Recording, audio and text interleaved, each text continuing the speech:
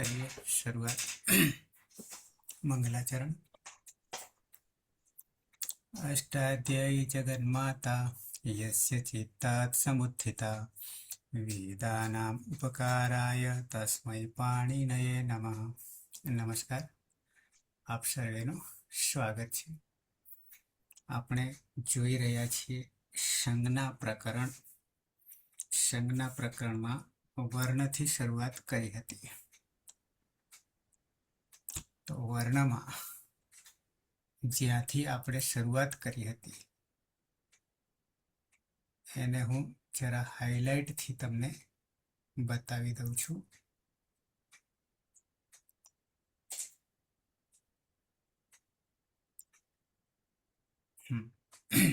દેખાશે તમારે સ્ક્રીન ઉપર. ઓપ્પોમાં કોઈને ફરિયાદ છે, હાથ ઊંચો કર્યો છે તો. સંજ્ઞા યાની નામ. સંજ્ઞાનો અર્થ નામ. તો એ સંજ્ઞામાં શરૂઆત કરી હતી આપણે વર્ણ અથવા અક્ષર. વર્ણ અથવા અક્ષર બે પ્રકાર છે, સ્વર અને વ્યંજન. સ્વરમાં સ્વયં રાજંતે ઇતિ સ્વરઃ, જે સ્વતંત્ર છે, 9 છે. અને વ્યંજનમાં અન્વગ ભવતી વ્યંજનો, જે સ્વરની મદદથી બોલાય છે, સ્વતંત્ર નથી. પછી વ્યંજન કુલ 33 છે, જેને આપણે હલ નામ આપ્યું છે. હયાવરટ 5મા સૂત્રથી લઈને હલ 14મા સૂત્ર સુધી આદિરંત્યન સહેતા બરાબર હલ. પછી વર્ણમાતૃકા યાની જે આપણે પહેલા ધોરણમાં સિનિયર જુનિયર કેજી કે જ્યાં કંઈ ભણ્યા છીએ, ચાહે ગુજરાતીમાં ચાહે હિન્દીમાં, છઠ્ઠા ધોરણમાં કે સંસ્કૃતમાં, તો એનો એક ક્રમ રાખવાનો છે, પણ જાણવાનો એટલું જ છે કે કુચુટુતુપુ જે છે, કચટતપ વર્ગ છે, હજી ઉદિત આપણે જાણવાનું બાકી છે. 25 ઉદિત કેમ કહેવાય છે. પણ ક વર્ગમાં 5 ક ખ ગ ઘ અંગ આ રીતે જઈશું. સાથે સાથે 1 2 3 4 5 પણ જઈશું. તો એવી રીતે કરવા જઈશું તો કચટતપ 2 એટલે ખચટતપ, ગજટતપ, ગજટતપ, અંગ્યણનમ, આવી રીતે પણ જાણીશું. સાથે સાથે માહેશ્વર સૂત્રોમાં આ જ વસ્તુનો ક્રમ બદલાઈ જાય છે. તો ક્રમ જ્યારે બદલાઈ જાય છે, યર લવ એમાંય બદલાઈ જાય છે. સ સ તો એ જ રહેશે. અને ઉપર 9 જે છે એમાં પાછલા 4 બદલાઈ જશે. ક્યાં? તો કે માહેશ્વર સૂત્રમાં. તો વર્ગ તથા વર્ગાક્ષરમાં શું કર્યું છે? તો કે આ 5 ન બોલવા પડે. 5 ન બોલવા પડે એની જગ્યાએ એક જ બોલો. તો કે શું? તો કે ક વર્ગ એટલું જ બોલો. અને ક વર્ગ બોલો એટલે 5 આવી જાય. હજી એ લાઘવતા કરી. અને એ કુળ પ્રમાણે, ઉચ્ચારણ સ્થાન પ્રમાણે નામકરણ કર્યા. ક વર્ગ, ચ વર્ગ, ટ વર્ગ, ત વર્ગ અને પ વર્ગ. તો 5ને એક વર્ણમાં સમાવેશ કરી લીધો. પણ સમાવેશ કરવામાં કઈ એમને આડેધડ નહીં. તો એના ઉચ્ચારણ સ્થાનના આધારે પહેલા વર્ણના આધારે નામકરણ કરી દીધા. બરાબર. વર્ગાક્ષર જે છે 25 છે. પછી જે આ ઉદિત દેખાય છે છઠ્ઠા ક્રમે કુચુટુતુપુ, એમાં દરેકમાં ઉની ઈત સંજ્ઞા થઈ ગઈ છે. હું ઈત કહીશ, કારણ કે આ બધું પૂરું થતા ઈત પ્રકરણ આપણી પાસે પહેલું આવવાનું છે. અને ઈત એટલે એતિ ઇતિ ગચ્છતિ, જે પાછળથી જતા રહેવાના છે, એટલા માટે એને ઈત કહીશું. એ શાના માટે આવે છે? તો કે અનુબંધ કરવા માટે, બાંધવા માટે આવે છે. અને બાંધીને જતા રહે છે. સંસારમાં માયાજાળમાં બાંધીને પછી જતા રહે છે. એ તત્વજ્ઞાનમાં જાણીશું. તો કુચુટુતુપુ એમાં ઉની ઈત સંજ્ઞા થઈ ગઈ છે. કયા સૂત્રથી થાય છે? એ પહેલું જ સૂત્ર આવશે જ્યારે આપણે ઈતકરણનું પ્રકરણ જોઈશું ત્યારે. ઉપદેશે અજનુનાસિક ઈત એવું સૂત્ર આવશે, એ ત્યાં તમને સમજાવી છે. તો પરિણામે ઉની ઈત સંજ્ઞા થવાને કારણે ઉદિત કહેવાય છે. 5માં ઉની ઈત સંજ્ઞા થવાને, ઈત સંજ્ઞા થવું એટલે જતા રહેવું. 14 માહેશ્વર સૂત્રો છે, એમાં અંતિમ ઈત સંજ્ઞક વર્ણો છે. અંતિમ. તો એ પણ એ હલંત્યમ સૂત્રથી જશે, બીજા સૂત્રથી જશે. એ આપણે ઈતકરણમાં જોઈશું. આ એટલા માટે તમને હાઇલાઇટ કરી રહ્યો છું કે જિજ્ઞેશભાઈ જેવા પાછળથી જોડાયા હતા એમને સહેજ ખ્યાલ આવે. પછી અહીંયા સ્પર્શ લખ્યું છે, પછી અહીંયા કાદયો માવસાના સ્પર્શા, ક આદિમાં ક છે, અને અવસાન એટલે અંતિમ. અવસાન એટલે નાશ પામવું નહીં. અહીંયા કોઈ વર્ણ નાશ નહીં પામતો, નિત્ય છે, ત્રણેય કાળમાં ટકી રહેશે. એટલે પણ અંતે મ છે, મ પછી કાંઈ નહીં. 25માં હો, બહુવચનના રૂપો છે. કાદય માવસાના સ્પર્શા, ઓળખવા માટે શોર્ટકટમાં. પછી અંતસ્થ, યણો અંતસ્થ, એને યણ કહીશું પ્રત્યાહારથી. શલ ઉષ્માણ, ઉષ્મા, ઉષ્મ વર્ણો. અયોગવા આપણે 8 ગણતરી કરાવી હતી. પછી અનુસ્વારને વિસર્ગ જે છે એ હંમેશા અચને લાગે, સ્વરને લાગે, વ્યંજનને કદી લાગશે નહીં. એટલે અમ અહ ઇતિ અચ, ઇત્યચઃ, ઇતિ અચ, અચઃ. પરૌ, પરૌ છે, અનુસ્વાર વિસર્ગૌ. આવી રીતે વાંચીશું, છૂટા પાડી ગઈ. હંમેશા કોને લાગશે? અચને લાગશે. જેમ કે રામમ, શ્યામમ, ગ્રામમ બધામાં અંતે અ છે. અહીંયા વાંચવું હોય ને, ધારો કે આપણે આનુપૂર્વી કરવું હોય ને, પાછળ આનુપૂર્વી આવે છે, તો ર ની ઉત્તર એટલે પછી, આની ઉત્તર એટલે પછી મકાર, અને મકારોત્તર અનુનાસિક. આ મ જે છે તે જીહવા મૂલ્ય ખબર પડી ગઈ હતી, ઉપદમાન્ય ખબર પડી ગઈ હતી. માત્ર ર જે છે રકાર નહીં કહીએ, રેફ કહીશું. બાકીના બધાને પાછળ કાર લગાવીશું.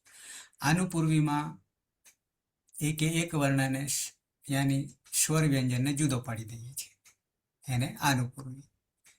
મહેશ્વર સૂત્ર પર આવ્યા હતા, કેવી રીતે પ્રગટ થયા એની વાત આવે છે. આ 14 મહેશ્વર સૂત્રોની ગોઠવણી જે છે તે ગોઠવણી એવી રીતે કરી છે. 4 સૂત્રો જે છે તો અચ એટલે કે સ્વર છે, એમાં પાછલા 2 છે એમાં થોડું પરિવર્તન વર્ણમાતૃકા કરતા આવશે.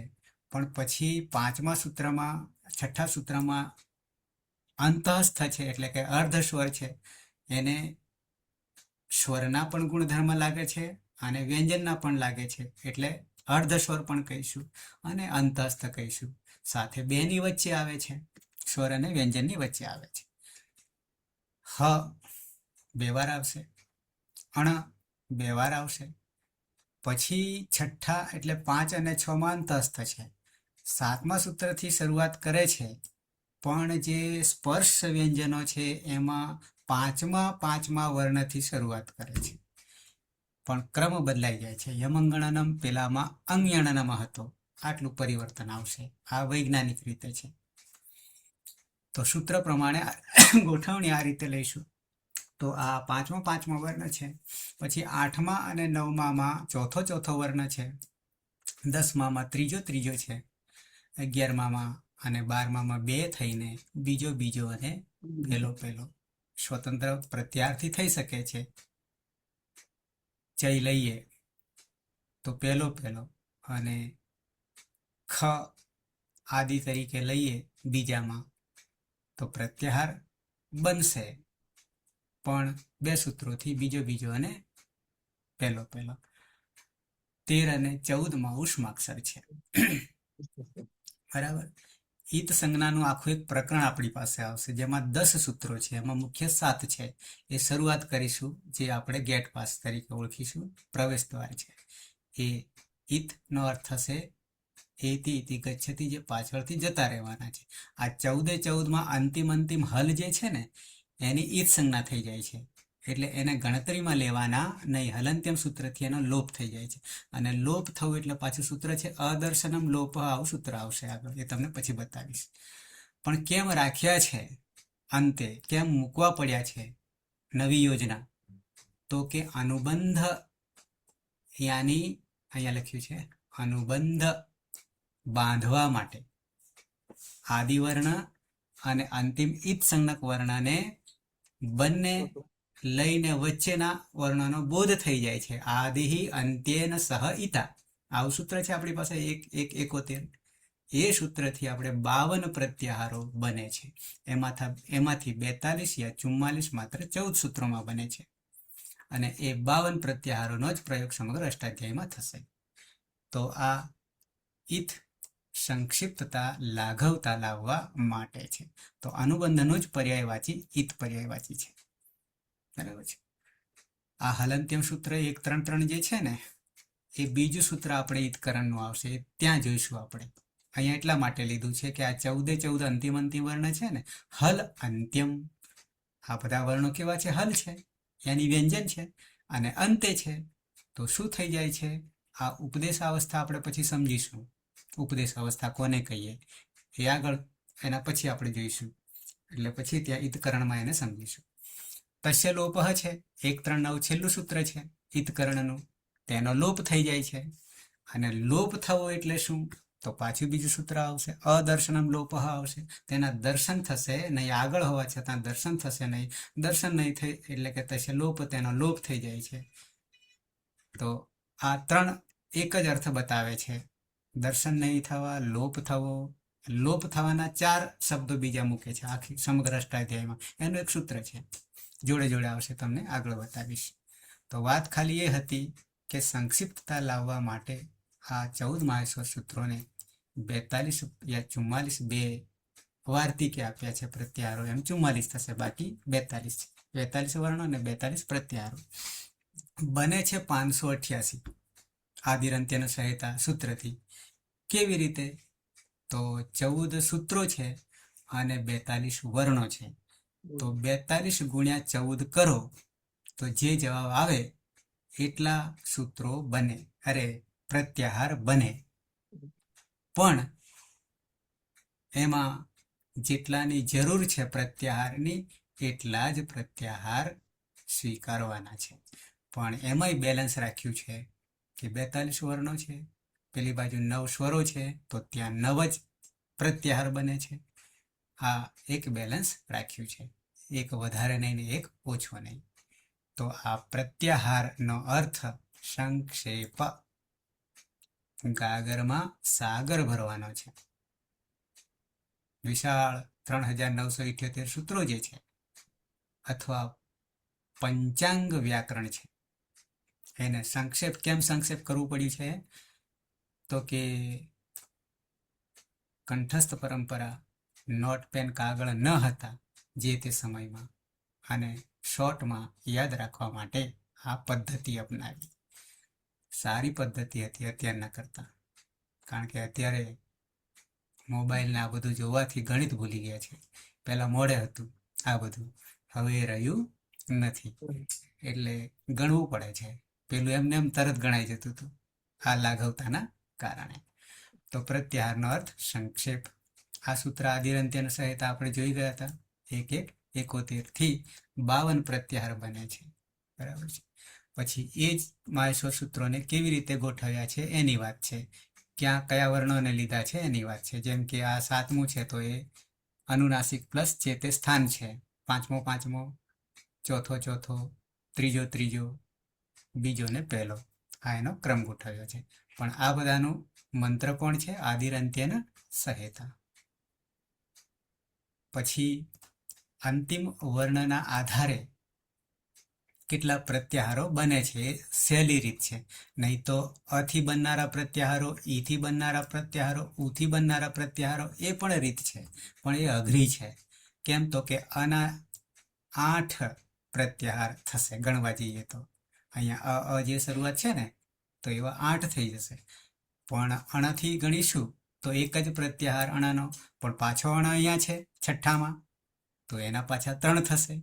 ક્યાં 3 પ્રત્યાહાર એટલે કે છઠ્ઠા સૂત્રમાં રહેલ અણથી કયા લેવા અને પહેલા સૂત્રથી કયા લેવા એની સ્પષ્ટતા આગળ કરેલી છે. તો અંતિમ ઈદ સંજ્ઞક વર્ણના આધારે આપણને શોર્ટકટ વધારે પડશે.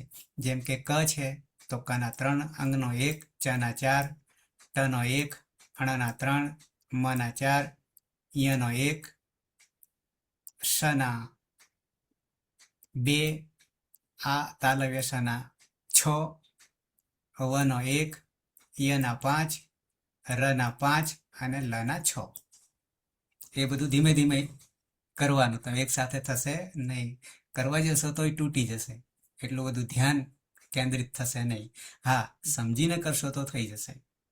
પછી બીજી રીત એ છે કે આ દરેક પ્રત્યાહારમાં વર્ણો પણ કેટલા સમાવેશ થયા છે, તો એ જ્યાં સુધી 14 માહેશ્વર સૂત્રો ક્લિયર નહીં થાય ત્યાં સુધી એકદમ ખ્યાલ નહીં આવે.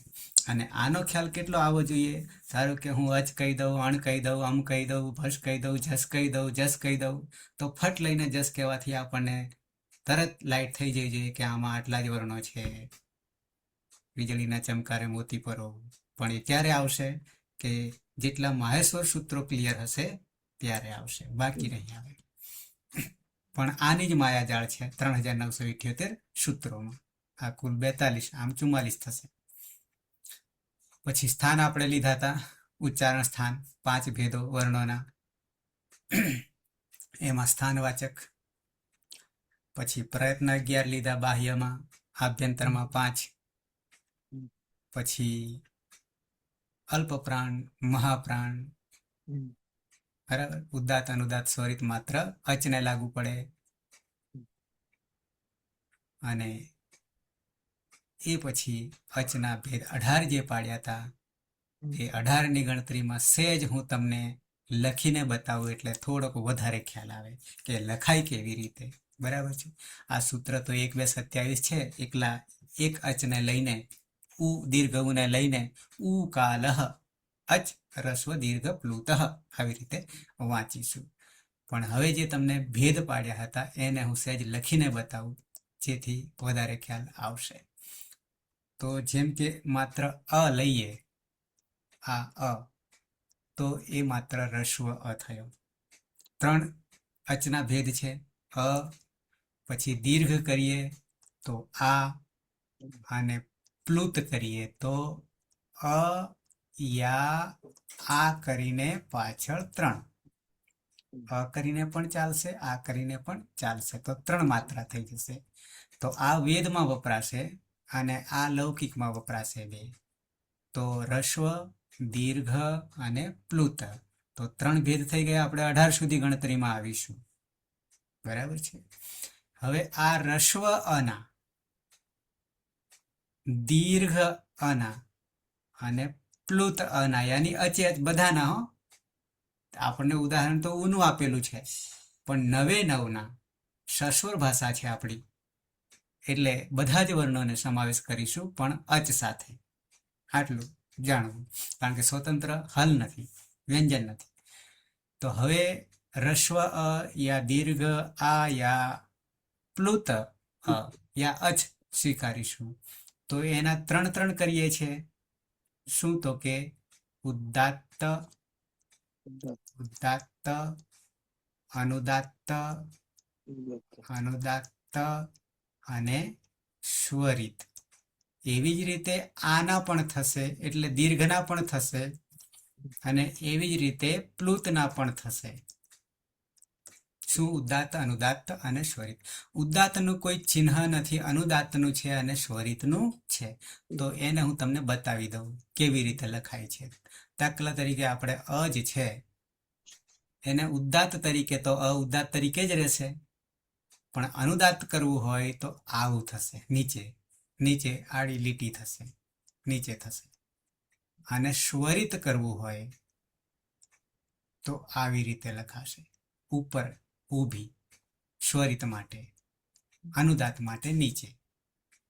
એવી જ રીતે દીર્ઘના પણ શું? તો કે ઉદાત્ત, અનુદાત્ત અને સ્વરિત. એવી જ રીતે પ્લુતને કહીએ તો અ3 યા આ3, તો ખાલી ઉદાત્ત, દીર્ઘ કરીએ, પ્લુત કરીએ અનુદાત્ત, અહીંયા ખાલી અ રાખીશું તો પણ ચાલશે, અને 3 પાછળ લાગશે. આવી રીતે સ્વરિત, પ્લુત સ્વરિત આવી રીતે થશે. તો 3 તરી 9 થઈ જશે. 9 ને આગળ 3 બરાબર 12 થઈ જશે. બરાબર છે. અને હવે આ ત્રણ જે છે કોણ ઉદાત્ત અનુદાત્ત અને સ્વરિત. ધારો કે ઉદાત્તનું કોઈ ચિહ્ન નથી, બરાબર, એને બીજા બે ભેદ પાડી દઈએ. બે ભેદ, એક અનુનાસિક અને એક અનનુનાસિક. તો અનુનાસિકમાં આ પહેલા તો કઈ જ નહીં ઉદાત્તમાં, પણ અનુનાસિક કરીએ તો આ ચંદ્રબિંદી થશે. બિંદી અને ચંદ્રબિંદી બેમાં ફેર છે. નાસિકા તો છે, અનુસ્વાર નાસિકા છે, પણ ચંદ્રબિંદી કરીશું. નાસિકા જે પાંચમો વર્ણ છે પ્લસ કંઠ 2 થી, પણ અહીંયા ચંદ્રબિંદીથી કરીશું તો અનુનાસિક અને પેલું નાસિકા ખાલી. પછી ધારો કે અનુદાત્ત છે નીચે અને સાથે સાથે અનુનાસિક કરીશું તો આવી રીતે કરીશું ઉપર. એવી જ રીતે સ્વરિતમાં ઉપર કરીશું અને સાથે આવી રીતે કરીશું ચંદ્રબિંદી. તો આ રીતે દરેકમાં કેવી રીતે લખાય તો બે થયા, અનુનાસિક અને અનનુનાસિક અથવા નિરનુનાસિક. તો એ 6 થઈ જશે. કેટલાના? અ ઈ ઉ રૂ એના ત્રણેય આવશે. રસ્વ આવશે, દીર્ઘ આવશે અને પ્લુત પણ થશે. પણ રૂ જે છે એ રસ્વ અને પ્લુત રહેશે, દીર્ઘ નહીં આવે. અને પાછલા 4 જે છે એ ઐ ઓ ઔ એ માત્ર દીર્ઘ છે, રસ્વ નહીં રહે, એટલે પ્લુત, દીર્ઘ અને પ્લુત થશે. પરિણામે આમાં પણ 12 થશે. પણ હવે રૂ આપણે આવું કર્યું ને, આવું અહીંયાથી દેખાય છે, અને રૂ એ પણ અહીંયા સરખું આવી ગયું, આ 2. હવે ઋતુ રસાણામ મૂર્ધા અને ઋતુ લસાણામ દંત્ય છે, પણ બંને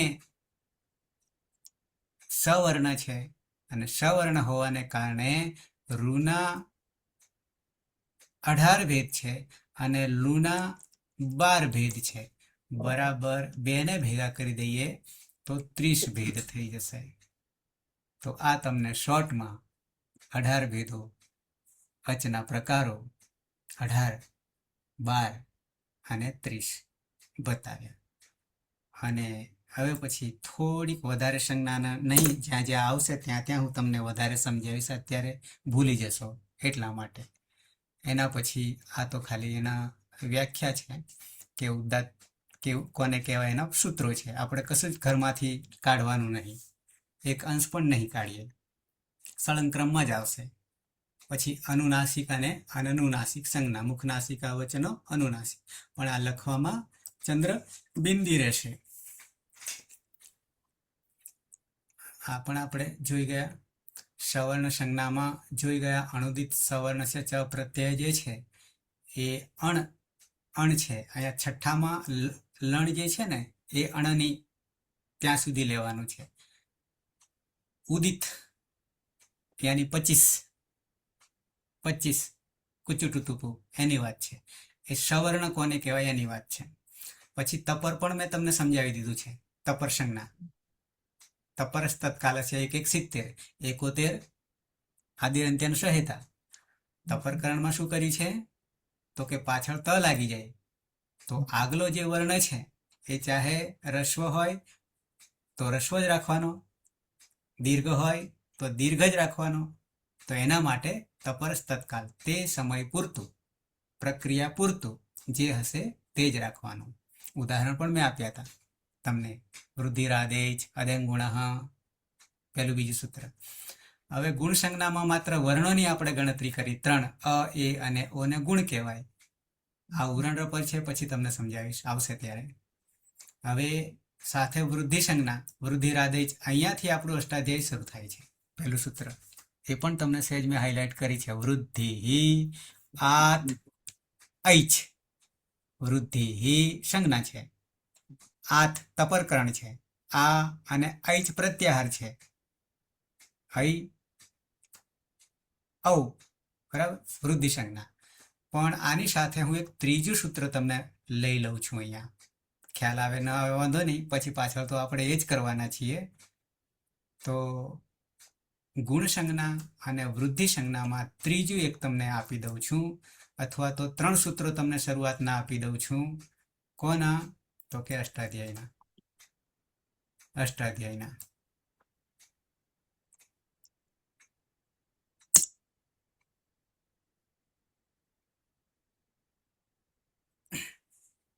સૂત્રપાઠ. ઓકે, દેખાય છે ને? વૃદ્ધિરાદેચ. વૃદ્ધિરાદેચ. ઓકે. વૃદ્ધિ સંજ્ઞા નામકરણ. પછી આત અને ઐચ. આતમાં તપરકરણ છે એટલો આ સ્વીકારવાનો છે, અને ઐચ પ્રત્યાહાર છે. ઐચ પ્રત્યાહાર છે બરાબર. ઐ અને ઔ માહેશ્વર સૂત્રો ક્લિયર હશે અને પછી પ્રત્યાહાર ક્લિયર હશે તો આપણને તરત ખબર પડશે. આમાં તપરકરણ આત અને ઐચ પ્રત્યાહાર બરાબર 3ની વૃદ્ધિ સંજ્ઞા થાય છે. આપણે 4ની કરીશું, એ ત્રીજા સૂત્રમાં બંને લઈ લઈશું. તો આમાં વધારે નહીં જઈએ, પણ વૃદ્ધિ કોને કહેવાય અને સાથે સાથે મંગલાચરણ કર્યું છે. પહેલો વૃદ્ધિ લીધો છે, બાકી બધામાં હવે સંજ્ઞા આવશે ત્યારે પાછળ મૂકશે, જે તે સૂત્રોના પાછળ મૂકશે. બીજું સૂત્ર અદૈંગ ગુણ. જો હવે ગુણ સંજ્ઞા કરી પાછળ જતો રહ્યો ને, ગુણ સંજ્ઞા નામકરણ. પહેલામાં જ માત્ર સંજ્ઞા આગળ છે. કેમ? મંગલાચરણ છે, વૃદ્ધિ કરવાની છે. તો અદૈંગ ગુણમાં અતપરકરણ છે, તપરસ તત્કાલસ્ય, અને અગ્રહણ કરવાનો છે તત્કાલ પૂરતો. અને એ અંગ પ્રત્યાહાર છે, અંગનો એક જ પ્રત્યાહાર બને એ અંગ. તો 3 વર્ણો છે આમાં પણ ગુણ સંજ્ઞા માટે, અ, એ અને ઓ. બરાબર છે. પેલામાં વૃદ્ધિમાં પણ 3 અને ગુણમાં પણ 3. હવે આપણે એક ઉમેરી લઈએ છીએ. ત્રીજા સૂત્ર સુધી જ આવીશું, આગળ નહીં જઈએ. ઇકો ગુણ વૃદ્ધિ. શું કે છે? ઇકો ગુણ વૃદ્ધિ. ગુણે લઈ લીધો અને વૃદ્ધિ બેને ભેગા કરી દીધા, પણ વર્ણ વધી ગયા. જોઈએ હવે પદછેદ તમે દેખાય છે તો ઈ કહ ષષ્ઠી એક વચન. એ રૂપ કરવા માટે આપણે આ બધી પ્રક્રિયા કરી રહ્યા છે, પણ પેલા વર્ણથી શરૂઆત કરી. આપણે જવાનું છે આ ઈ કહમાં વિસર્ગ કેવી રીતે આવ્યો ત્યાં સુધી પ્રક્રિયા જોવાની છે, પણ બહુ વાર લાગશે ત્યાં સુધી પહોંચતા. પણ આ કોનું બન્યું છે રૂપ એ આપણા માટે બહુ મહત્વનું છે. તો જ અર્થ પ્રગટ થશે, બાકી નહીં પ્રગટ થાય. અને અર્થ પ્રગટે એટલે લાગુ પડી જાય, વ્યવહાર થઈ જાય જગતમાં. પણ એ અત્યારે નહીં લઈએ, ખાલી એમને એમ અર્થ કરવા માટે. આ ઈક પ્રત્યાહાર છે. હવે ખબર પડશે ઈક પ્રત્યાહારમાં કેટલા વર્ણો છે. તો આપણું સૂત્ર છે પ્રત્યાહાર બનાવવાનું, આદિ અંત્યેન સહ ઈતા. તો આદિ વર્ણ અને અંતિમ ઈત સંજ્ઞક વર્ણ માહેશ્વર સૂત્રોમાં. તો આદિ ઈ છે, અંતિમ ક છે, હલન ઈત સંજ્ઞક. તો ઈક પ્રત્યાહાર બની ગયો, અને ઈક પ્રત્યાહાર નું રૂપ બન્યું છે ઈકહ. તો હવે જ્યારે ષષ્ઠી વિભક્તિ આવે ત્યારે સંબંધ છે નોનીનું ના. અહીંયા એક અર્થ એક વધારે કરે છે. જ્યાં ષષ્ઠી વિભક્તિ આવે ત્યાં ષષ્ઠી સ્થાને યોગા એક સૂત્ર આગળ આવશે, ત્યાં યોગ થાય છે. કોનો યોગ થાય છે? તો કે જે પ્રથમ વિભક્તિમાં પદ હશે એનો. અચ્છા, તો ઈકમાં કેટલા વર્ણો આવ્યા? હવે 4 આવ્યા. કયા 4? ઈ, ઉ, ઋ અને લુ. 4 આવ્યા ને? તો હવે હા, ઈક બરાબર પ્રત્યાહાર જ છે. મેં તમને કહ્યું હતું કે જ્યાં જ્યાં વર્ણોની જરૂર પડશે, જેટલાની જરૂર પડશે, ત્યાં શોર્ટકટ કરવા માટે પ્રત્યાહારનો ઉપયોગ કરશે. બરાબર છે? નહીં તો આપણને 42 વર્ણોની જરૂર પડે તો 42 લખવા પડે, આ પ્રત્યાહાર ના બનાવ્યા હોત તો. બનાવવાને કારણે આપણને કેટલું સરળતા થઈ ગઈ, 1.5 વર્ણમાં કામ પૂરું થઈ જશે. બરાબર છે. તો હવે ઈક બરાબર 4 થયા. તો આ ચારેયની ગુણ સંજ્ઞા પણ થાય છે અને વૃદ્ધિ સંજ્ઞા પણ થાય છે, બે થાય છે. હું જરા તમને લખીને બતાવું એટલે ખ્યાલ આવશે. ગુણ વૃદ્ધિ જ્યારે પ્રક્રિયા કરીશું ત્યારે બધું સમજાઈ જશે. પણ અહીંયા ગુણ અને વૃદ્ધિ માટે પહેલા તો આપણી પાસે ઈક પ્રત્યાહાર છે. ઈક, આ ઈક પ્રત્યાહાર. તો ઈક બરાબર ઈ, ઉ, રૂ અને લુ, આ 4 બરાબર ઈક. આદિ તરીકે ઈ, ઈત સંજ્ઞક અંતિમ ક, આદિ અંત્યનું સહિતા. આદિ વર્ણ અને અંતિમ વર્ણ વચ્ચે આવતા વર્ણનો બોધ થાય. હવે ગુણ અને વૃદ્ધિ આપણે બે લેવાનું છે. ગુણ અને વૃદ્ધિ, બરાબર છે. વૃદ્ધિ.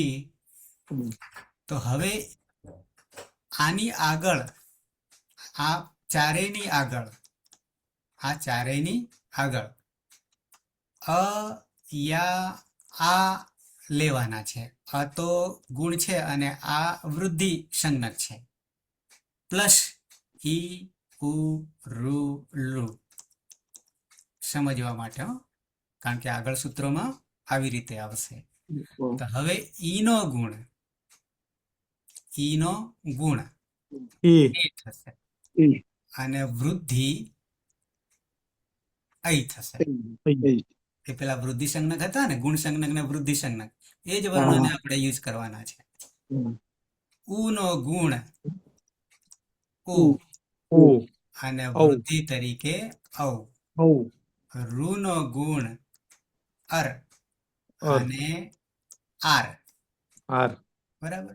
અને લુ નો ગુણ અલ અને આલ. આટલું ધ્યાન રાખવાનું છે. જ્યાં ગુણ કહે ત્યાં કોનો ગુણ કરવાનો છે એ મહત્વનું છે. ઈનો કરવાનો થાય કે ઉનો થાય કે રૂનો થાય કે લુનો થાય. તો જેનો થાય તે પ્રમાણે ગુણ, અને વૃદ્ધિ કહે તો પણ જેનો કરવાનો થાય તેને ઈનો કે ઉનો કે રૂનો કે લુનો, તો તે પ્રમાણે આપણે ચાલવાનું થશે. ક્લિયર? ઇકો ગુણ વૃદ્ધિ. ત્રીજું સૂત્ર પણ સમજાઈ ગયું. આપણે એક એક ઓછા કરીએ છીએ, સિદ્ધ કરીએ છીએ. તો પહેલું છે વૃદ્ધિરાદૈચ, જેમાં વૃદ્ધિ સંજ્ઞા છે 3. પછી બીજું છે અદેંગુણ, ત્યાં પણ 3 છે ગુણ. અને ત્રીજું આવી ગયું ઈકો ગુણ વૃદ્ધિ. તો ત્યાં ઈકનો ગુણ અને વૃદ્ધિ એ ખાલી સંજ્ઞા છે, પણ શું થાય એ નહીં બતાવ્યું. પાછું તમને એ બી કહી દઉં, એ ત્રીજા સૂત્રમાં ઈકો ગુણ વૃદ્ધિ કહી દીધું. ઈક ને ગુણ પણ થાય, ઈક ને વૃદ્ધિ પણ થાય, પણ શું ગુણ થાય અને શું વૃદ્ધિ થાય એ બતાવ્યું નહીં. તો એ મેં તમને બતાવી દીધું. અને સાથે સાથે અહીંયા પણ એ જ વસ્તુ તમને મેં જે મોકલી આપ્યું છે એ અહીંયા છે, ઉદાહરણ પણ આપ્યા છે. એ ઉદાહરણ પછી આગળ આપણે જોઈશું. આ વૃદ્ધિ સંજ્ઞા, પછી આગળ વધીએ. ગુણ સંજ્ઞા એટલો ખ્યાલ આવી ગયો. હવે લઘુ સંજ્ઞા સમજાય એવું છે એટલા માટે આગળ જઉં છું. લઘુની એક માત્રા, રસ્વમ લઘુ, આવું સૂત્ર છે. આપણે સૂત્ર સિવાય કંઈ જ ના કામ કરીએ. લઘુ સંજ્ઞાને માટે એક માત્રાને લઘુ કહીશું અને એને આપણે રસ્વમ લઘુ. પણ એક વસ્તુ ધ્યાન રાખવાનું છે કે જે શબ્દ સંજ્ઞાનો વાપરે છે એનો જ ઉપયોગ કરવાનો. જેમ કે આગળ અચના ભેદમાં આપણે 18 કર્યા, તો ત્યાં પહેલું શું કર્યું? રસ્વ, દીર્ઘ અને પ્લુતની વાત કરી હતી, તો ત્યાં રસ્વ રાખવાનો. પણ જ્યારે લઘુ કહે ને તો લઘુ જ રાખવાનો. બરાબર? છંદમાં જ્યારે વાપરીએ આપણે તો ક્યાંક માત્રા આવશે, ક્યાં રસ્વ દીર્ઘ લઘુ ગુરુ આવશે ત્યાં છંદમાં. તો ત્યાં પછી માત્રાને એવું નહીં કહીએ, પણ જ્યાં જેની જરૂર છે એ જ કહીશું. ભલે અર્થ સરખો થાય, એને જ કહેવાય. બરાબર? તો અહીંયા રસ્વમ લઘુ એવું કહ્યું છે.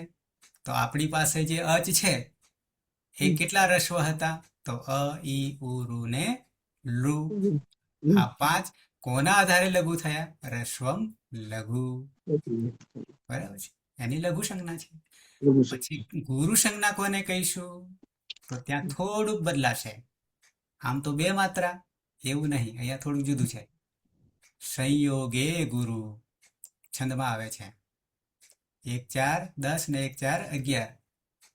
સંયોગે ગુરુ, સંયોગ થાય છે ત્યારે ગુરુ બને છે. જરા બતાવું તમને. સાથે સાથે અ, ઈ, ઉ, રૂ, લુ લઘુ પછી આ જ લઘુને ગુરુ કેવી રીતે કહીશું? તો કહે છે સંયોગે ગુરુ. પણ પાછો સંયોગ એટલે શું પાછો? અને કોણ ગુરુ બને છે? જેમ કે અહીંયા મુદગરહ, મુદગર પાછળ વિસર્ગ નહીં, મુદગર. તો મમાં રહેલો ઉ એટલે પાછું આનું પૂર્વી કરવાનું. આનું પૂર્વી મ, ઉ, પછી ઘણાને આમાંની ખ્યાલ આવે. સંયોગ છે ને, સંયોગ, સંયુક્ત. તો હવે આ કે કૃષ્ણ છે, કૃષ્ણમાં તો જલ્દી ખ્યાલ આવી જશે. પણ મુદગરહમાં આ જે સંયોગ જે છે 2, એમાં આખો વર્ણ કયો અને અડધો વર્ણ કયો?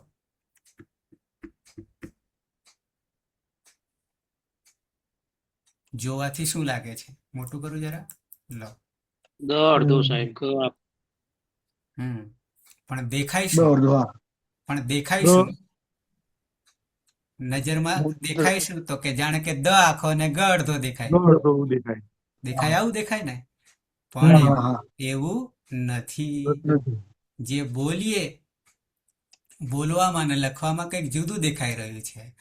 ધારો કે કી બોલીએ તો ક તો પેલો આવે ને પછી ઈ પછી આવે બોલવામાં, અને લખવામાં અલગ છે. તો મુદગર દ અડધો છે, તો મ પછી ઉ પછી દ હલંત, ગ આખો, પછી પાછો અ, પછી ર હલંત રેપ, અને પછી અ. તો હવે અહીંયા શું કરીશું સંયુક્તમાં? તો કે દકાર હલંત છે અને ગકાર, પછી અકાર પાછો આવશે.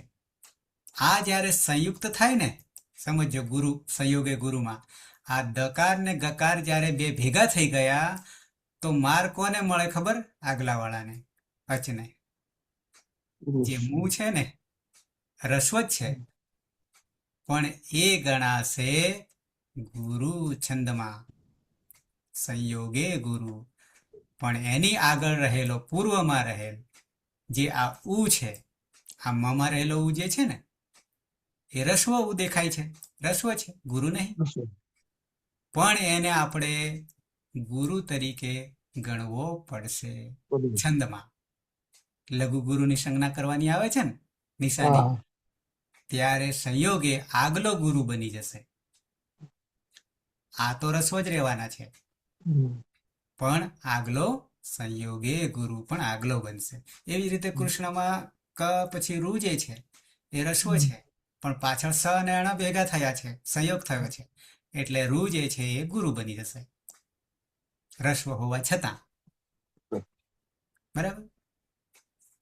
દીર્ઘમ ચ એ તો ખબર પડે એવું છે. આ, ઈ, ઉ, રૂ, લુ નહીં હો, લુ નહીં, લુ નહીં, એ, ઐ, ઓ, ઔ, 8. આ દીર્ઘ છે, 2 માત્રા. સંયોગ સંજ્ઞા કોને કહીશું? સંજ્ઞા તો નામકરણ, પણ સંયોગ કોને કહીશું? તો એનું સૂત્ર છે 7મું, શરૂઆતનું 7મું. હલો અનંતરાહ સંયોગ. સમજાવો. હલ બરાબર શું કરીશું આપણે? અર્થ. હલનો અર્થ શું કરીશું? હવે હલનો અર્થ શું કરીશું? આગળ મેં તમને ઘણી વાર કહી દીધું. હલ પ્રત્યાહાર છે, આદિરંત્યન સહેતા. હલ બરાબર 33 વ્યંજનો. બરાબર છે. તો અહીંયા હલ બરાબર 33 જ લેવાના, નહીં તો અહીંયા હલની જગ્યાએ 33 મૂકવા જાય તો શું દશા થાય? 1 મીટર લાંબુ થઈ જાય ને વાક્ય. તો હલ માત્ર દોઢ વર્ણમાં આ સંક્ષિપ્તતા લાઘવતા અનુબંધ. અનંતરાહ સંયોગ. શું કહેવું છે કે 33 માંથી કંઈ પણ જ્યારે અંતર વગર વચ્ચે અચ ના ઘૂસી જવો જોઈએ, સ્વર ના ઘૂસી જવો જોઈએ, અને એવી રીતે ગોઠવાય કે અડધી માત્રાની પણ ગેપ ન હોવી જોઈએ. પછી બીજું તમને કહું છું, વચ્ચે ગેપ નહીં અને સળંગ હલ હોય, ભલે 33ની લાઈન હોય પણ વચ્ચે અચ ન આવવો જોઈએ, સ્વર ન આવવો જોઈએ, તો એને સંયોગ કહીશું. શું કહીશું? સંયોગ કહીશું. જેમ કે તમને કહું પુષ્પ, તો પ પછી ઉ તો છે પણ પાછળ સ જે છે, અને સ પછી તરત જ પ છે અને પ પછી અ છે. આ સ અને પ જે છે ને બેનો સંયોગ. સંયોગ કોને કહેવાય? તો કે હલો અનંતરાહ સંયોગ, આવી વ્યાખ્યા આપી એક 7મા સૂત્રથી. તો એ શું કહેવા માંગે છે કે હલ એક બે તો હોવા જ જોઈએ, હલ ત્રીજો હોય, ચોથો હોય, પાંચમો હોય કે 33 હોય, પણ વચ્ચે અચ ના ઘૂસી જવો જોઈએ આટલામાં. એને આપણે સંયોગ કહીશું. હલ હલ જ હોવા જોઈએ, હલ હલનો સંયોગ વચ્ચે અચ ના ઘૂસવો જોઈએ, તો એને આપણે સંયોગ કહીશું. જેમ કે અહીંયા કૃત્સન છે, રૂ પછી રૂ તો અચ છે, પણ પછી તકાર, દંત્ય સકાર, આ બે થયા, આને કહીશું સંયોગ. પણ સંયોગમાં એકલા હાલ જ સંયોગ થશે, મળશે, વચ્ચે અચ ના ઘૂસી જાય, તો એને હાલો અનંતરા. અનંતરા એટલે અંતર વગર, અને અંતર વગર એટલે વચ્ચે ગેપ નહીં પડવાની. અને ગેપ નહીં પડવાનું એટલે કે આપણે અડધી માત્રા, 1 માત્રા, 2 માત્રા અને વેદમાં 3 માત્રા ગણીએ તો, પણ અડધી માત્રાથી પણ ઓછો સમય વચ્ચે સંયોગ થઈ રહ્યો એટલે અડી જ જાય છે બે હલ હલ. તો હલો અનંતરાહ સંયોગ. ટી સંજ્ઞા છે પણ જવા દઈએ, કદાચ કે ના સમજાશે. અચો અંત્યાદિ ટી 1164 ટી સંજ્ઞા એક નામકરણ કરે છે. આગળ પ્રક્રિયામાં સમજવા માટે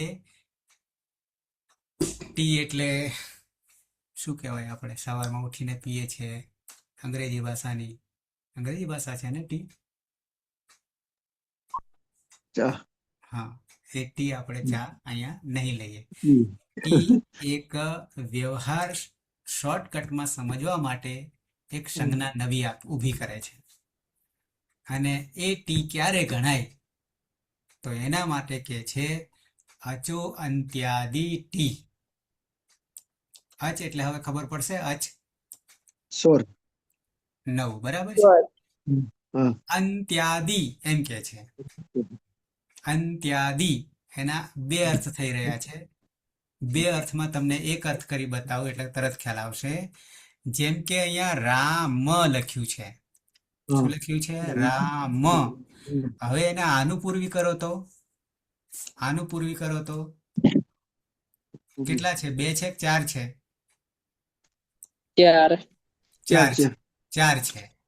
તો 4માં રકારોત્તર આકાર, આકારોત્તર મકાર અને મકારોત્તર અકાર.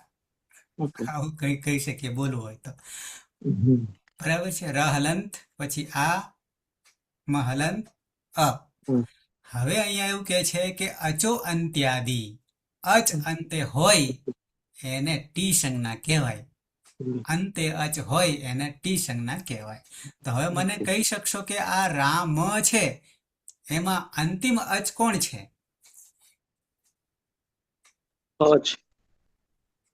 અંતિમ અચ કોણ છે? નામકરણ અચ તો 9 છે કુલ, એમાંથી કયો છે?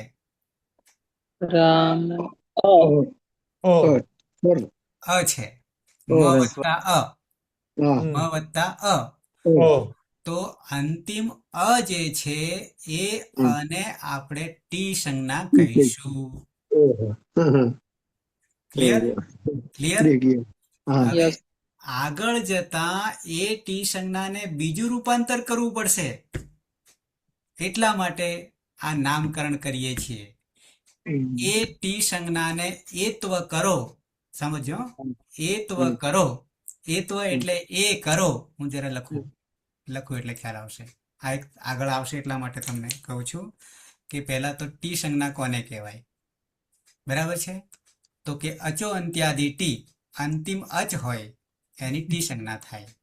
હવે આપણી પાસે ધારો કે રામ છે, તો બરાબર ર વત્તા આ વત્તા મ હલંત વત્તા અ. હવે અંતિમ અચની ટી સંજ્ઞા થાય તો આ અને શું કહીશું? નામકરણ ટી સંજ્ઞા કહીશું. હવે એ ટી સંજ્ઞાને આગળ પ્રક્રિયામાં એક વ્યવહાર કરવાનો છે. વ્યાપાર કરવાનો છે. તો કે જ્યાં જ્યાં ટી સંજ્ઞા થાય એને એત્વ કરો, એ કરો. એત્વ કરો એટલે એ કરો.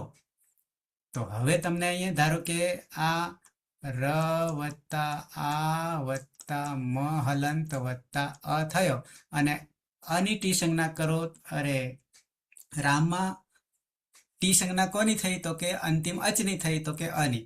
હવે એ ટી સંજ્ઞાને એત્વ કરો તો અની જગ્યાએ એ કરી નાખ્યો. પણ જ્યારે એ કરવા જઈએ ત્યારે લખાશે શું પછી? તો કે આ એ જે છે મમાં આવતો રહેશે. તો આખું જોડવા જઈએ તો આ રમ આવતો રહ્યો અને એ મમાં આવતો રહ્યો તો રામે આવું થઈ જશે. થઈ જાય કે નહીં થઈ જાય? આ એત્વ જે કરવાનું કે કોની ટી સંજ્ઞાને, તો અની ટી સંજ્ઞા થઈ એને એત્વ કરો. અને એત્વ કરો એવું નહીં કે ટી સંજ્ઞાને એત્વ કરો એવું કહેશે. ત્યારે અની જગ્યાએ એ કરી દીધો. મહલંત છે તો હવે ભેગું કરવા જઈએ તો આ એ ક્યાં જતો રહેશે? મહલંતમાં આવતો રહેશે. તો રામે થઈ જાય. બરાબર છે?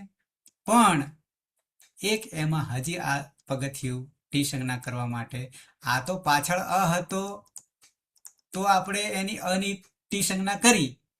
પણ ધારો કે રામમ હોય તો શું કરશો? છેલ્લે તો અચ છે જ નહીં અને આપણે તો અચની ટી સંજ્ઞા કરવાની છે. હવે શું કરીશું? સરળ ઉપાય કહી દો. જ્યાં અચ આવતો હોય અંતે ત્યાંથી શરૂઆત કરવાની અને અંતિમ વર્ણને ભેગો લઈ લેવાનો. તો હવે અહીંયા મને કોઈ કહી શકશે? ધારો કે ર આ વત્તા મ હલંત વત્તા અ વત્તા મ. હવે અંતિમ જ ક્યાં છે? અંતિમ જ ક્યાં છે? આને શરૂઆત કરવાની, પણ મને કાઢી નહીં મૂકવાનો. મકારને કાઢી નહીં મૂકવાનો અને આ આખાની ટી સંજ્ઞા થશે. અને એ આખાને શું કરો? એત્વ કરો. તો આ એત્વ કરી દીધું. તો હવે એત્વ કરતા પણ પાછું શું થઈ જશે? અહીંયા એ પાછો આવતો આ આખાની એત્વ સંજ્ઞા, તો પાછો મની અંદર અ આવતો રહેશે તો પણ થઈ જશે રામે. તો પણ રામે. તો આ બે રીતે તમારે ટી સંજ્ઞામાં ધ્યાન રાખવાનું થશે. અંતિમ જ હોય તો કોઈ પ્રશ્ન નહીં, પણ જે ઉ હોય ટૂંકમાં અચ હોય અંતે. પણ હવે રાજન છે, આ રાજન સજુસ છે તો અંતિમ હલ છે. તો હવે કોની ટી સંજ્ઞા કરીશું? અચો અંત્યાદિ ટી. તો કે અંતિમ અચ તો જમાં રહેલો છે અને પાછળ ન હલન છે તો અન. અહીંયા જમા અ અને ન બેને સાથે લેવાના. ન ને કાઢી મૂકવાનો નહીં, આ સ ને કાઢી મૂકવાનો નહીં. તો જુસ છે સજુસ, તો ઉસ થઈ જશે. આ ઉસ ને શું કહીશું? ટી સંજ્ઞા કહીશું. મનુમાં ઉની ટી સંજ્ઞા. અહીંયા એકલો ઉ છે. ખબર પડી? ટી સંજ્ઞા કોને કરવાની તે અચોંત્યાદિ ટી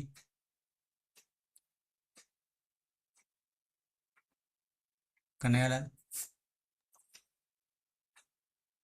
ખ્યાલ આવે સર છે? મનુમાં થોડી ના ખબર પડી, પેલામાં બરાબર છે, રામમાં ખબર પડી. હા, બરાબર છે. સર મનુ મને પણ ના ખબર પડી કે એમાં સર રામે આમાં કેમ.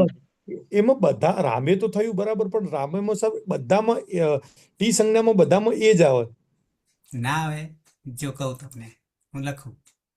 જો આપણે અચ તરીકે કોને લેવાના એ ખબર છે? અચમાં કોને લેવાના એ ખબર છે? આ પ્રત્યાહાર છે. આ નવ સ્વર એટલે જવાબ મળી જશે. નવ અચ સ્વર તરીકે આપણી પાસે 9 છે. બરાબર. અચ બરાબર 9 છે. આપણે એકલો અ નહીં. ચ સુધી 4 સૂત્રો જવાના છે. અ ઉન રૂ લુક એ ઓંગ ఐ ઔચ બરાબર અચ. આદિ તરીકે આદિર અંત્યનો સહેતા. આદિ વર્ણ અ અને અંતિમ ચ અને વચ્ચે આવતા વર્ણનો બોધ થઈ જાય. બરાબર 9 આવશે વચ્ચે.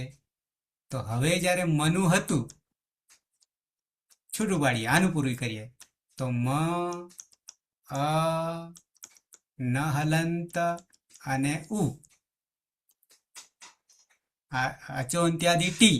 તો કોની ટી સંજ્ઞા થઈ? આ ઉની. થયું ક્લિયર હવે? જી સર. જિગ્નેશભાઈ હા સર. ક્લિયર? ઈશ્વર ક્લિયર પણ હવે? સર પેલું રામમ હતું એની જગ્યાએ રામે કેવી રીતે થયું ને એ ખ્યાલ ના મને આવ્યો. અચ્છા, એ તો આપણે આગળ મેં તમને પ્રક્રિયા વધારે કરી નાખી હતી. યાની જ્યાં જ્યાં ટી સંજ્ઞા થશે ને, જેની જેની, ત્યાં ત્યાં આગળ એક પ્રક્રિયા આવશે. એત્વ કરો. એત્વ કરો. એત્વ કરો એટલે એ કરો. આવું આગળ આવશે. ઓકે, એટલા આગળ માટે આવશે. હા, આગળ આવશે, અહીંયા નહીં. જી સર. જી. એટલે મેં તમને આ બતાવ્યું. એત્વ કરો. બરાબર?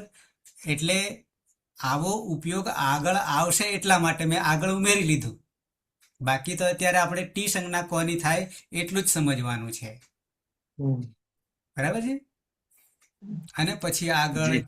જ્યાં જ્યાં ટી સંજ્ઞા થશે ત્યાં પરિવર્તન કરવાનું થશે. એટલા માટે આ શોર્ટકટ આપ્યું છે. ક્લિયર હવે? જી જી સર. હમ જેમ કે હું તમને, જો કે થોડુંક અઘરું પડશે, પણ એવું માનતા નહીં. એક તમને એત્વ કરવા માટેનું, આપણી પાસે આત્મનેપદના પ્રત્યયો છે જેમને સંસ્કૃત છે. તો આત્મનેપદના પ્રત્યયો, મૂળ પ્રત્યયો ત, આતામ અને ઈતામ. આવા આવે છે. ત આતામ જ. હમ. એટલે મૂળ પ્રત્યય આ ત છે. સમજજો. કારણ કે આ મૂળ પ્રત્યયો જ કોઈએ જાણ્યા નહીં આજ દિન સુધીમાં, જે મારે તમને જણાવવાના થશે. બધા શું જાણે છે? આત્મને પદમાં આ ત ની જગ્યાએ શું જાણે છે ખબર? તે જ જાણે છે. શું જાણે છે? તે જ કરે છે, સીધા રાંધેલો. પણ મૂળ અવસ્થામાં 10 લકારમાં યા 12 લકારમાં ત છે. પ્રથમ પુરુષ એક વચન, ત્રીજો પુરુષ એક વચન. આપણે પુરુષના નામ પણ બદલી કાઢીશું.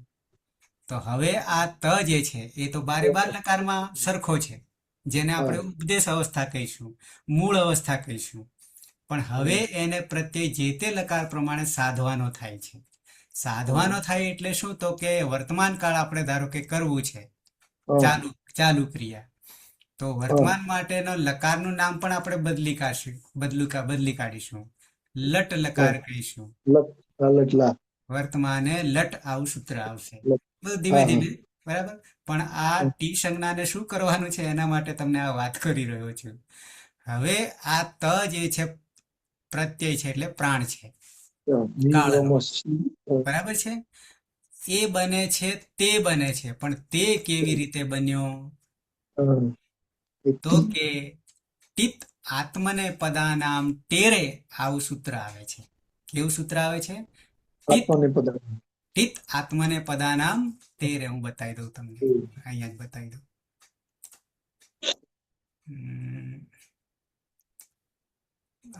સરસ, આખી એટલી મજા આવે એવી છે. ટીથ. જુઓ આ એક સૂત્ર દેખાય છે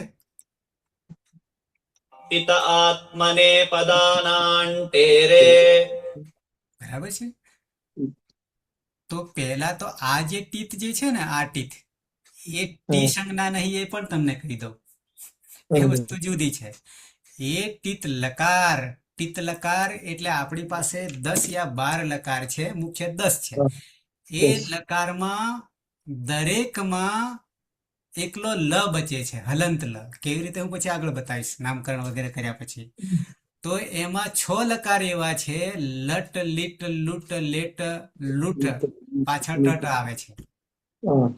બરાબર. એ ટ ની પણ ઈત સંજ્ઞા થઈ જાય છે અને ટ ની ઈત સંજ્ઞા થવાને કારણે ટીત લકારો કહેવાશે 6. અને 4 લકારની પાછળ અંગ આવે છે, લંગ લંગ. બરાબર. વ્યસ્તન ભૂતકાળ લંગ, લુંગ લુંગ, પાછળ અંગ આવશે. તો અંગની ઈત સંજ્ઞા થવાને કારણે ગીત લકાર થશે, નામકરણ. તો 6 લકાર ટીત લકાર કહેવાશે. 6 માં પ્રક્રિયા સરખી ચાલશે, એના માટે નામકરણ. હવે આત્મનેપદ તો ખબર પડે કે ક્રિયાનું ફળ પોતાને મળે એને આત્મનેપદ કહે. આગળ બધું સમજાવીશ તમને. પણ એક આ વસ્તુ આવી એટલે ક્યાં જરૂર પડશે. અને આ ટેરે જે છે ને, ટેરે એ ટી નું રૂપ છે. ટે હે એ ટી નું રૂપ છે. જેમ આપણે હાલ ટી સંજ્ઞા કરીને એ જ ટી નું રૂપ ટે હે બન્યું છે ષષ્ઠી એકવચનમાં. એક વર્ણના પણ રૂપો થાય હો. એક વર્ણના પણ રૂપો ચાલશે, અના રૂપો ચાલશે, મકારના કકારના રૂપો ચાલશે. કારણ કે વ્યવહારમાં કરવું પડે તો સંસ્કૃતમાં બોલવું પડશે કે નહીં? સંસ્કૃતમાં પદ બનાવવું પડશે કે નહીં? તો કક્કાનો વ્યવહાર કરવો છે તો વિભક્તિના પ્રત્યય લગાવવા પડશે ને, તો વ્યવહાર થશે. તો એ ટી નો એત્વ કરો. હા, એત્વ કરો. તો પહેલા તો ટી સંજ્ઞા કરવાનું અને એ ટી ને એત્વ કરવાનું. ટીત લકાર છે, 6 લકાર આવશે. અને 6 લકારના આત્મનેપદના પ્રત્યયોમાં શું કરવાનું છે કે જ્યાં જ્યાં ટી સંજ્ઞા થઈ છે એને એત્વ કરો. આવું અહીંયા કે છે. હવે જરા સહેજ લખીને બતાવી દો, પછી આપણે વિરામ આપીશું. તો ધારો કે ત છે. હવે મને કોઈ કહેશો કે અચો અંત્યાદિ ટી આપણે ટી સંજ્ઞા કરવાની છે આમાંથી, તો કોની ટી સંજ્ઞા બનાવીશું? હવે અની. અની બનાવીશું. બરાબર છે. ત વત્તા અની ટી સંજ્ઞા બનાવી દીધી. હવે એને કે છે કે ટીત લકાર આત્મનેપદના જે પ્રત્યય છે એમાં જ્યાં જ્યાં ટી આવે છે એને એત્વ કરો. તો હવે આ હતો ને એને આપણે એ કરી દીધો. તો ટી સંજ્ઞા થઈ ગઈ, એનો એ કરી દીધો. હવે આ એ ક્યાં જતો રહે? આ તમ આવતો રહે. બરાબર બની જાય તે. આ પ્રત્યય સદાઈ ગયો. પ્રત્યય સદાઈ ગયો. તનો તે થઈ ગયો કે નહીં? જો કોઈ જાણતું હોય તો. આવું થશે કામ. કઈ પણ આપણે ઘરનું ઉમેરીશું નહીં. અને તે લાગે, ધારો કે હું તમને કહું એદ ધાતુ છે, વૃદ્ધિ પામવું પહેલો જ આવશે. તો અહીંયા વિકરણ પ્રત્યય લાવીશું અ, તો એ ધ આખો થઈ ગયો. અને પછી આ ત છે એનો આપણે તે કરી દઈએ આ રીતે. તો બની જાય એ ધ તે. આવું થશે, આવું રૂપ થશે. આપણે હજી ઘણી વાર છે ત્યાં પહોંચવાની, પણ ટૂંકમાં આ ટી સંજ્ઞા આવી ને એટલે આગળ આવી પ્રક્રિયા આવશે. બરાબર. પણ શરૂઆત તો કક્કો છે. પાયામાં પાયાની ઈંટો કક્કો છે. અશોક અડિયોલ જાગે છે ને? હા, આજે આપણી સંખ્યા જે આમ 18 હતી 17 દેખાય છે. એકાદ વિકેટ પડતી રહે. દિનેશભાઈ મુંબઈમાં છો કે બીજે ક્યાંય? આ સવારે આવ્યો મુંબઈ. બરાબર. વરસાદ હશે ત્યાં? ના, આજે તો અત્યારે નહીં પડતો. બરાબર છે. ખરું. જેમને હજી મોબાઈલના નામ બોલાઈ રહ્યા છે ત્યાં પોતાના નામ હજી કરી દેજો. એ શરૂઆતમાં જ થશે, પછી નહીં થાય ચાલુમાં. બરાબર? આપણી આપણી સાચી ઓળખ, મોબાઈલની એ સાચી ઓળખ નથી. હમ. બસ આટલું જે આજે કર્યું એમાં કોઈને પ્રશ્ન હોય તો. ભૂમિકા.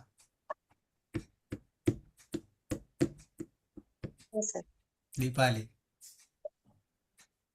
સર આપણે આ જે હતો એનું ટીકરણ કર્યું એટલે એ થયો, પણ અની જગ્યાએ આ હોય તો પણ એ જ થાય કે શું થાય? હા, આપણે અચ મહત્વનો છે. આ કદી આવશે નહીં, રસ્વ જ આવશે ઉપયોગમાં મોટા ભાગે, કદી આ નહીં આવે. પણ તમે કહ્યું પ્રમાણે થાય, અંતિમ અચ હોવો જોઈએ.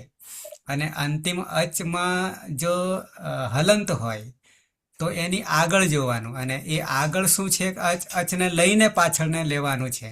પણ એ અંતિમ જે છે વર્ણ, એની આગલો અચ જે છે અથવા તો આગલો કોઈ પણ વર્ણ છે એનું નામ બીજું આપણે હજી આગળ આપીશું, એને ઉપધા કહીશું. એ આગળ આવશે, ઉપધા કહીશું. અલો અંત્યાત પૂર્વ ઉપધા, આવું સૂત્ર આવશે.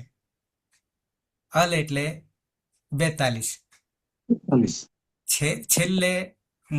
છેલ્લામાંથી આગલો હોય વર્ણ એને ઉપધા કહીશું. એ આગળ આપણે હજી આવશે. બરાબર? એટલે જ્યારે ટી સંજ્ઞા કરવાની થશે ત્યારે અચો અંત્યાદિ ટી, અંતિમ અચની જ ટી સંજ્ઞા થાય. પણ અંતિમ અચ નહીં હોય ને અને હલ હોય, હલ એટલે 33 માનો કોઈ પણ, તો આપણે એની આગળ જવાનું અને ત્યાંથી પકડવાનો અને બે ને ગ્રહણ કરવાના, હલને છોડી નહીં દેવાનો. નહીં તો એ બચારો ક્યાં જાય? રાખવો પડે ને નહીં. એટલે આવી રીતે ટી સંજ્ઞાઓ બહુ વધારે નહીં જાણીએ એટલા માટે કે પછી તમે ભૂલી જાઓ પાછા, અને અહીંયા બાઉન્સર થઈ જાય. એટલે અમુક જાણી અને પછી સીધા પહેલા પ્રકરણ પર આવીશું, જેને ઈતકરણનું પ્રકરણ કહીશું. ઈતકરણનું. અને ઈતકરણ એટલે શું? તો કે આપણી સંસ્કૃત ભાષા એ 3 મુનિઓએ બનાવી છે અને એક કરી છે. અને એ 3 મુનિઓએ જે કહી ગયા છે એ બધું ઉપદેશ જ છે. ઋષિ મુનિઓ જે કંઈ કહે છે એને ઉપદેશ કહીશું, અને આપણે જે કહીએ છીએ એ ઉપદેશ નહીં કહીએ. આટલો ફેર છે. એટલે જેટલું ઉપદેશ અવસ્થામાં છે એ બધાને ઈતકરણ કરવું પડશે, ફરજિયાત. એમાં કોઈ બાંધછોડ નહીં. અને અત્યાર સુધી ઉપદેશ અવસ્થા શું હતી એ જ ખબર નથી. કારણ કે આ બધા ધાતુપાઠ છે એ ધાતુપાઠમાં સીધા બનાવીને મૂકી દીધા છે. કોઈ ટેક્સમાં, બુકમાં ઉપદેશ અવસ્થામાં ધાતુ નથી. અને જ્યાં સુધી ઉપદેશ અવસ્થામાં નહીં હોય ત્યાં સુધી એ ધાતુ પરસ્મયપદી છે, આત્મનેપદી છે કે ઉભયપદી છે એ નહીં ખબર પડે. કેમ? તો કે પહેલું કામ ઈતકરણનું છે, ગેટ પાસ. એટલે કે કોને કાઢી મૂકવાના છે અને કોને રહેવા દેવાના છે, શા માટે કાઢી મૂકવાના છે અને શા માટે રાખવાના છે, એની જે દિશા છે એ દિશા આપણે ઈતકરણથી જ ખબર પડે, બાકી નહીં. એટલે એવા 7 મુખ્ય સૂત્રો છે. આમ 10 છે, 3 તો માત્ર અર્થ બતાવે છે. એટલે એ એક પછી એક ધીમે ધીમે પચાવીશું. અને ઉપદેશ 8 બાબતો આવશે ઉપદેશ અવસ્થામાં. સૂત્રો પણ 6 પ્રકારના છે. એટલે ટૂંકમાં કશું જ બાકી નહીં રહે. જે કંઈ છે એ ઉપદેશ અવસ્થામાં છે, અને એ ઉપદેશ અવસ્થાને પહેલું કામ કરીશું ઈતકરણનું. અને ઈતકરણનું એટલે નિયમબદ્ધ કોને રાખવાનું, કોને કાઢી મૂકવાનું. અને કેમ ત્યાં રાખવામાં આવ્યા છે? તો આગળ આપણને રસ્તો બતાવે છે, ક્લિયર કરે છે કે આપણે કઈ દિશામાં જવાનું છે. જેમ કે ધાતુ છે, તો ધાતુને આત્મને પદના પ્રત્યયો લાગશે કે પરસ્મય પદના પ્રત્યયો લાગશે કે ઉભયપદી બંને લાગશે. એ નિર્ણય ક્યારે આવે? ઉપદેશ અવસ્થામાં ધાતુ હશે અને એનું ઈતકરણ કરીશું ત્યારે રસ્તો મળશે. બાકી મેં એવાય જોયા છે, મારા ભણાવેલા જ છે એવા છે કે કોમન, ધારો કે હું તમને કહું પઠ ધાતુ છે જિજ્ઞેશભાઈ, તો પઠનું પઠતે કદી થાય ખરું? પણ કરનારા મેં જોયા છે. તો કે પ્રત્યય તો સીધા લગાવવાના ને, કે પરસ્મય પદ ના લગાવે, એની જગ્યાએ આત્મને પદ ના લગાવે. આવું કરનારા છે. મારે એમને કહેવું પડ્યું હતું કે જો તમે નિયમ પ્રમાણે કોઈ નિયમ પદ્ધતિનો લઈ આવો તો હું મારું રાજીનામું આપી દઉં સર્વિસમાંથી. તો કે લઈ આવીશ કે પણ પછી પાછો આવ્યો નહીં. બરાબર છે? એટલે આવું થાય. પછી મને સમજાય પાછા મને કે અમે તો બધું આવું જ કરીએ કે તે રીતે અંતે કે તે અંતે. બરાબર છે? એટલે એવું ના થાય એના માટે આપણે આ જરૂરી છે. અને સંસ્કૃત તો એ છે કે મનુષ્ય માટે છે. આ સર તો અમારે પણ એક વખત એવું થયું. કાલે અવગ્રહની વાત થયેલી ને, હમ. તો હું નવો ગયેલો તો મને ટ્રેનિંગમાં કોઈક સર આપેલા, એ ડપી બોલે. હા, એ ખોટું જ બોલાઈ રહ્યો છે. અપી નહીં, ડપી. કર્યું એવું પેલા અંગને આવું કરશે. કોડપી બરાબર, કોપી. એમ. બરાબર છે. આવું કામ છે. કારણ કે એ વર્ણનું જ્ઞાન નહીં એટલે આવું થઈ ખોટું જ બોલી રહ્યો છે અને એનો કોઈ અર્થ પણ સરે નહીં. એવું અંગ અને યમાં બને છે. યને જજ કહેશે, અંગને ડજ કહેશે. હા, એટલે આવું ના થાય. પેલું જે સર પેલું ચામુંડા માતા એ નમો વાળું છે. હા, બરાબર છે. પણ અહીંયા તમને હું એવી રીતે કે એક સ્ટેપ બાય સ્ટેપ ધીમે ધીમે સમજાય એમ બરાબર છે. અને મજા આવશે. પછી તો તમને આ એક વ્યસન થઈ જશે કે આગળ શું આવશે આવી ઇંતજારી રહેશે. પણ ક્યારે આ કક્કાને લઈને ચાલીશું તો વર્ણ, મહેશ્વર સૂત્ર અને પ્રત્યાહાર.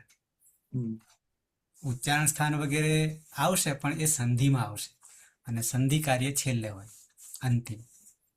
સંધિ વગર તો અસ્તિત્વ જ નહીં, પણ એનું કાર્ય સૌથી છેલ્લે આવશે. એની પહેલા પ્રાણ પૂરવાના થશે આ બધા નામોને. ઓકે, છે કોઈને પ્રશ્ન આ સિવાય? નહીં ને? ઓકે, તો સમાપન કરીશું.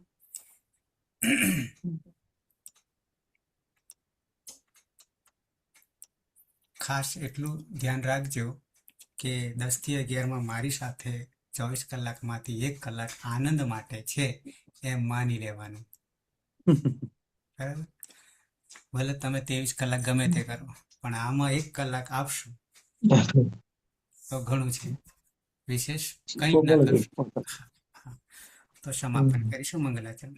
સદાશિવ સમારંભામ તથા પાણીની મધ્યમામ અસ્મદાચાર્ય પર્યંતામ વંદે ગુરુ પરંપરામ વંદે ગુરુ પરંપરામ. શુભરાત્રિ. કાલે મળીએ. શુભરાત્રિ. હા. મિલામહ. હા.